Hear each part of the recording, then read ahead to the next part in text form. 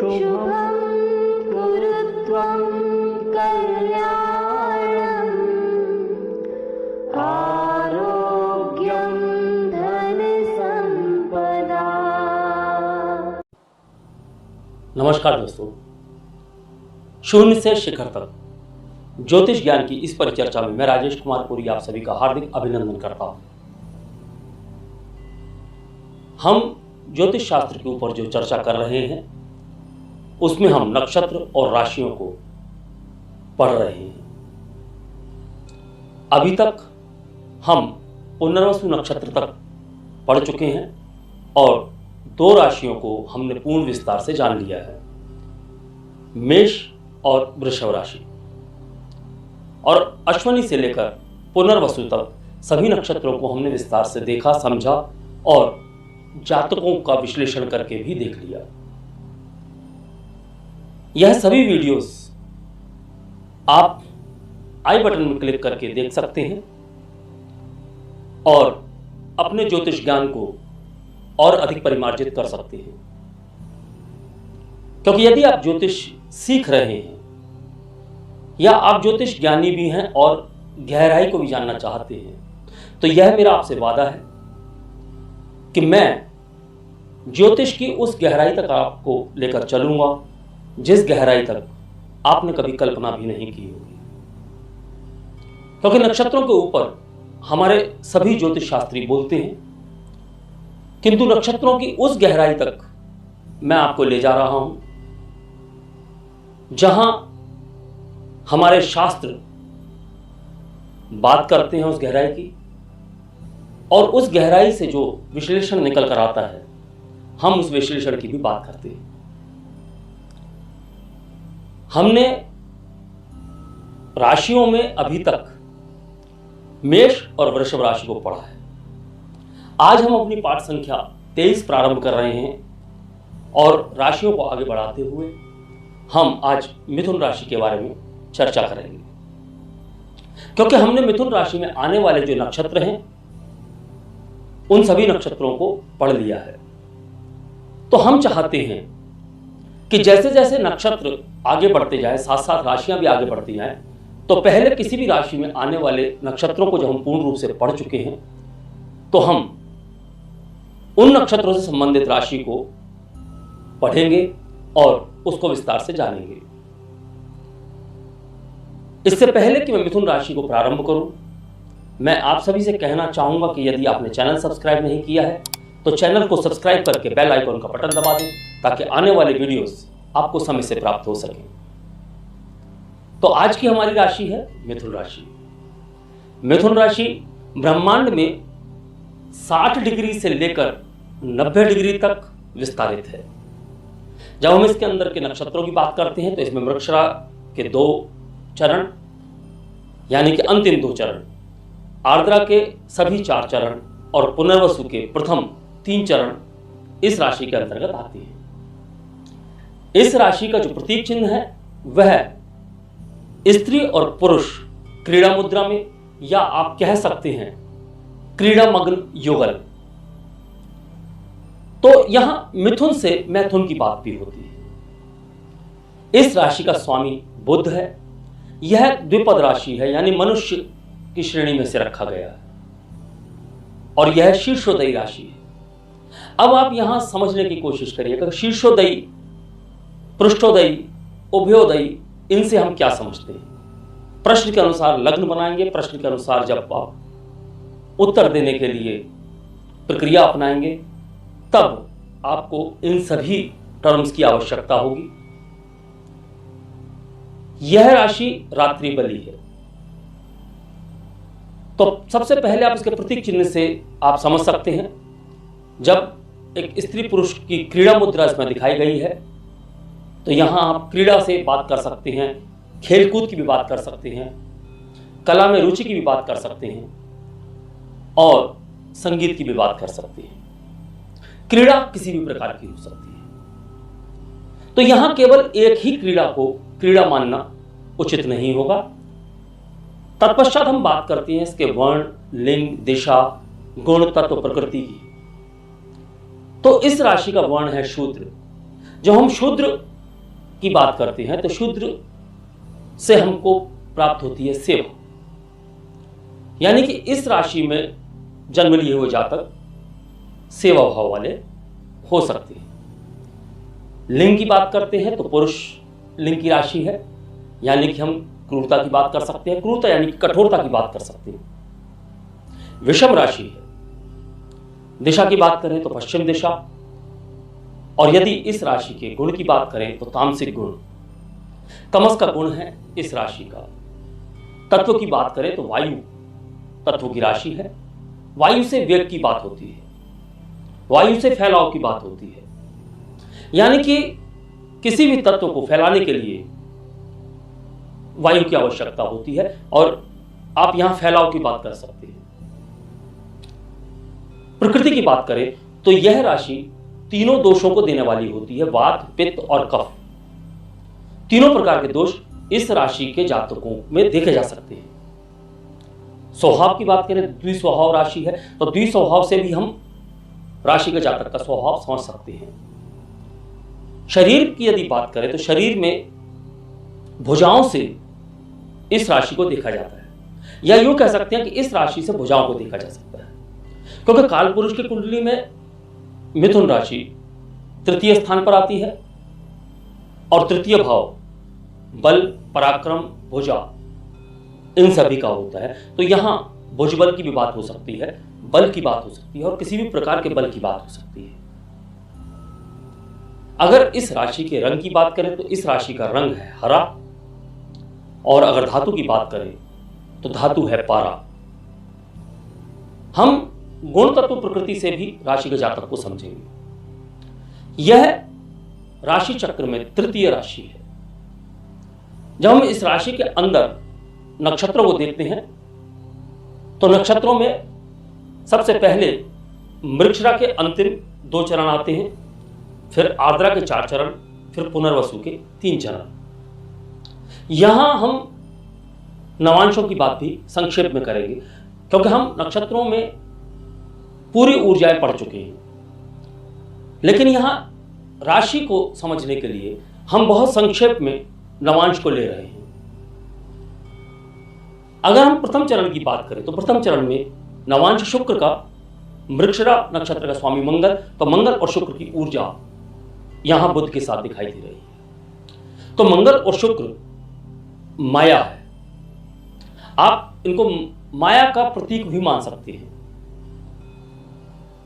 तो मिथुन राशि के जातकों की अगर बात करेंगे तो माया की बात की जा सकती है, धन की बात की जा सकती है, माया के प्रति जो झुकाव है, जो भाव है, उसकी बात की जा सकती है। चूंकि प्रतीक चिन्ह स्त्री पुरुष हैं, तो स्त्री पुरुष में यानी कि जीवन साथी पर शंका की भी बात हो सकती है और शक्ति प्रयोग की भी बात हो सकती है। चूंकि द्विस्वभाव है तो यहां स्वभाव में भी परिवर्तन परिलक्षित होते हैं। अगर हम प्रथम चरण की बात करें तो मंगल और शुक्र, अगर मंगल और शुक्र की ऊर्जा की बात करें तो स्त्री रोगों को समझने वाले होते हैं, यह स्त्री रोगों को परखने वाले होते हैं। तो हम मैटरनिटी की बात कर सकते हैं, मैटरनिटी होम की बात कर सकते हैं, एक अच्छे गायनेकोलॉजिस्ट की बात कर सकते हैं, दाई की बात कर सकते हैं, नर्स की बात कर सकते हैं। अगर द्वितीय चरण की बात करें तो यहां मंगल की भरपूर ऊर्जा प्राप्त होती है। तो जब मंगल की ऊर्जा भरपूर प्राप्त होती है तो हम वाहनों की बात कर सकते हैं, तकनीक की बात कर सकते हैं। चूंकि मृगशिरा नक्षत्र पृथ्वी तत्व का नक्षत्र है और यह अचल यानी कि फिक्स्ड, तो फिक्स्ड का मतलब है कि कहीं ना कहीं हम स्थिरता की भी बात कर सकते हैं और अधिकतर स्थानों पर हम अस्थिरता की भी बात कर सकते हैं। तो यहां यदि नक्षत्र में कोई ऐसा ग्रह है जो कि क्रूर की श्रेणी में आता है, अशुभ की श्रेणी में आता है, अगर इस नक्षत्र में, इस नक्षत्र के चरणों में बैठा हुआ है और यह नक्षत्र पीड़ित हो रहा है, तो हम स्थिरता को हटाकर सिर्फ अस्थिर की बात करेंगे। तत्पश्चात आर्द्रा के प्रथम में गुरु की ऊर्जा, राहु की ऊर्जा है। राहु और गुरु की ऊर्जा ईश्वरीय तत्व को बढ़ावा देती है। अगर ईश्वरीय तत्व अधिक हो जाएगा तो व्यक्ति में धार्मिकता उठेगी। चूंकि गुरु आकाश से जुड़ा हुआ है, गुरु आकाश तत्व से जुड़ा हुआ है, तो हम यहां ब्रह्मांड के बारे में बात कर सकते हैं। ब्रह्मांड के बारे में बात करने से मतलब यह है कि ब्रह्मांड के बारे में जानकारी रखना, ब्रह्मांड से संबंधित जो भी कार्य हैं उन कार्यों में पारंगत होना, यह इस राशि के जातकों में देखा जा सकता है। अगर हम राहु के साथ शनि की बात करें तो नकारात्मकता भी देखी जा सकती है। और यदि हम राहु के साथ पुनः कुंभ के शनि की बात करते हैं तो यहां ऊर्जा जल भरपूर मात्रा में है, तो शिक्षा की ओर झुकाव, विद्युत, पेट्रोलियम की बात कर सकते हैं, यानी बिजली से संबंधित कार्य, पेट्रोलियम से संबंधित कार्य, हम इनकी भी यहां बात कर सकते हैं। पुनः जब गुरु की ऊर्जा मीन राशि की आएगी तो हम सामाजिक धार्मिक कार्यों की बात कर सकते हैं। और गुरु और मंगल सेना का प्रतिनिधित्व करते हैं, तो सेना की बात, रक्षा विभाग की बात यहां कर सकते हैं।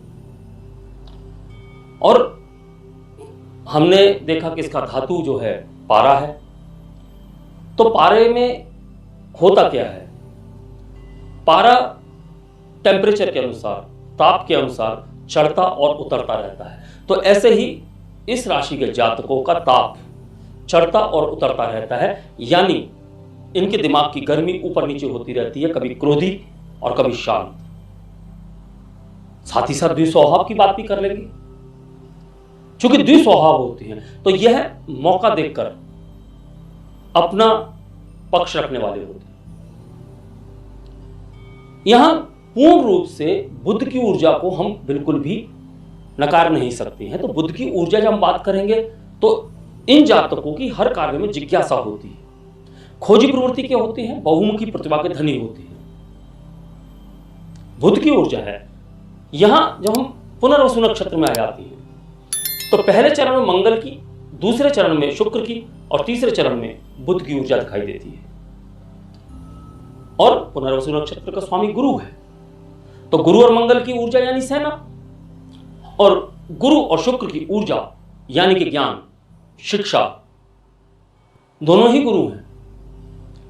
तो शिक्षा की बात कर सकते हैं, शिक्षक होने की बात कर सकते हैं। बुध की ऊर्जा, गुरु और बुध की ऊर्जा, तो हम यहां पत्रकारिता की बात कर सकते हैं, लेखन की बात कर सकते हैं, मीडिया कर्मी की बात कर सकते हैं।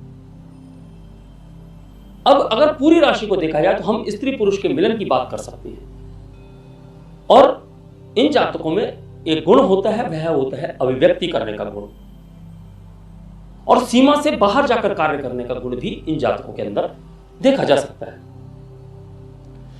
समय समय पर और नक्षत्र के चरणानुसार इन जातकों के सोच में और विचारों में भिन्नता आती रहती है। यह जातक अच्छे कम्युनिकेशन स्किल वाले होते हैं, संवाद करने वाले होते हैं, यानी कि वार्तालाप से बातों को सुलझाने वाले होते हैं। तो हम यहां वकालत की बात भी कर सकते हैं। शनि की ऊर्जा, गुरु की ऊर्जा, तो वकालत की बात भी की जा सकती है।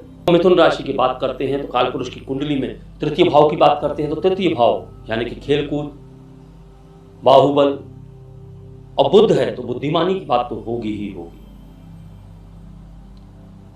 इन जातकों में एक बहुत ही महत्वपूर्ण गुण हो सकता है, वह होता है कि सामने वाले के मन की बात को जान लेने। जब गुरु राहु की ऊर्जा तीव्र हो जाए तो ऐसे जातकों के अंदर एक ब्रह्म ज्ञान की उत्पत्ति हो जाती है और वह सामने वाले के मन की बात को जानने वाले बन जाते हैं। मिथुन राशि के स्वामी जो बुध हैं वह उभयलिंगी ग्रहों की श्रेणी में आते हैं। तो जब उभयलिंगी ग्रहों की श्रेणी में आएंगे तो यहां कहीं कहीं नपुंसकता की बात होती है। यहां बुद्ध है, बुद्धिमानी की बात हो रही है, तो कार्यों को प्रारंभ करने में शीघ्रता की बात भी होती है। ऐसे जातक बहुत जल्दी किसी कार्य को प्रारंभ करने की कोशिश करते हैं। शुक्र की ऊर्जा में घरेलू साज सज्जा के शौकीन होते हैं। इन जातकों का वाहनों और सुख साधनों की ओर विशेष रुझान होता है। अधिकतर समय में मिथुन राशि के जातकों के पास किसी न किसी प्रकार का तनाव उपलब्ध रहता है। मिथुन राशि में जब हम 9 चरणों की बात करते हैं तो अलग अलग स्थान पर अलग अलग ऊर्जाएं होने के कारण जातकों की भी अलग अलग प्रतिक्रिया देखने को मिलती है। कहीं तनाव है तो कहीं उन्मुक्त हैं, कहीं बहुत ही गंभीर प्रवृत्ति के हैं तो कहीं हंसमुख स्वभाव के हैं। वाक कुशलता होती है, हास्य विनोद की कुशलता होती है, आर्ट एंड क्राफ्ट की भी बात कर सकते हैं, साज सज्जा की भी बात कर सकते हैं, क्योंकि स्वामी बुद्ध है तो कला की बात भी हो सकती है। साथ ही साथ जब हम विभिन्न ग्रहों की ऊर्जा इसके अंदर देखते हैं तो इन सभी स्थिति परिस्थितियों को हम ग्रहों की ऊर्जा के अनुसार समझने की कोशिश कर सकते हैं। मिथुन राशि में जो जातक जन्म लेते हैं उनके अगर हम कार्य व्यवसायों की बात करें तो कार्य व्यवसाय हम चूंकि बीच बीच में जैसे बात करते रहे हैं उसी अनुसार हम कार्य व्यवसायों को भी इसका निर्धारण कर सकते हैं। मैटरनिटी होम, सेना, रक्षा विभाग, खोजी प्रवृत्ति के होते हैं तो हम सीक्रेट सर्विसेज की बात कर सकते हैं। अन्वेषक होते हैं तो हम वैज्ञानिकता की बात कर सकते हैं। वैज्ञानिक हो सकते हैं, अन्वेषक हो सकते हैं, लेखक हो सकते हैं, पत्रकार हो सकते हैं, मीडिया की बात कर सकते हैं, मीडिया कर्मी होते हैं। साथ ही साथ हम म्यूजिक इंडस्ट्री की बात कर सकते हैं, संगीतज्ञ हो सकते हैं, स्पोर्ट्स पर्सन हो सकते हैं। यानी कि मिथुन राशि में आपको सभी प्रकार की ऊर्जाएं प्राप्त हो रही। तो यह तो हुआ मिथुन राशि का विस्तारीकरण। अगली राशि हमारी होगी कर्क राशि। लेकिन कर्क राशि तक पहुंचने से पहले हम कर्क राशि में आने वाले नक्षत्रों को विस्तार से पढ़ेंगे। यानी कि हम पुनर्वसु नक्षत्र तक पढ़ चुके हैं, इसके बाद हम पुष्य और अश्लेषा नक्षत्र को पढ़ेंगे। तत्पश्चात हम कर्क राशि को विस्तार से विश्लेषित करेंगे।